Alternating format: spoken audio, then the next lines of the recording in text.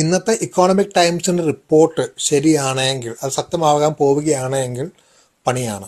കാരണം അങ്ങനെയാണെങ്കിൽ Britain PR കിട്ടുവാനുള്ള കാലാവധി 5 നിന്ന് 10 വർഷമാക്കി മാറ്റാൻ പോവുകയാണ്. ഇത് കൃത്യമായിട്ട് വിശദമായിട്ടുള്ള വിവരങ്ങൾ പറഞ്ഞിട്ടില്ല. ചില കാറ്റഗറിയിലുള്ള ആളുകൾക്ക് അങ്ങനെ ആക്കാൻ പോകുന്നത് ആലോചിക്കുന്നു എന്നാണ് റിപ്പോർട്ട് ചെയ്യുന്നത് ഇക്കോണമിക് ടൈംസ്.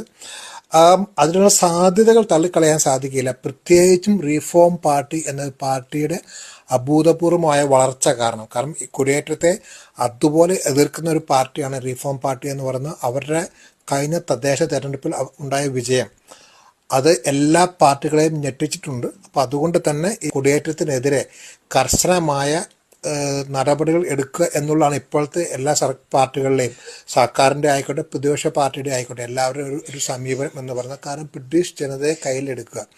അതിനിടയിൽ വോട്ട് ബാങ്ക് എന്നൊരു പരിപാടിയൊക്കെ ഉണ്ട്. പക്ഷെ അതൊക്കെ എങ്ങനെയൊക്കെ ഇതൊക്കെ നടപ്പിലാകും എന്നൊന്നും അറിയില്ല.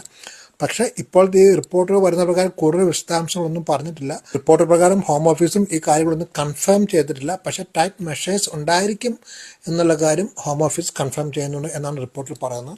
അപ്പോൾ അതുകൊണ്ട് നമുക്ക് ഇതിൻ്റെ കൂടുതൽ വിവരങ്ങൾ പിന്നാലെ വരുമെന്ന് പ്രതീക്ഷിക്കാം. ഇങ്ങനെയുള്ള 10 വർഷമൊന്നും ആക്കുകയില്ല എന്ന് നമുക്ക് പ്രതീക്ഷിക്കാം. കൂടുതൽ വിവരങ്ങൾ അറിയുന്നതനുസരിച്ച് അപ്ഡേറ്റ് ചെയ്യുന്നതായിരിക്കും. മറ്റൊരു വീഡിയോ നമുക്ക് വീണ്ടും കാണാം. Good bye.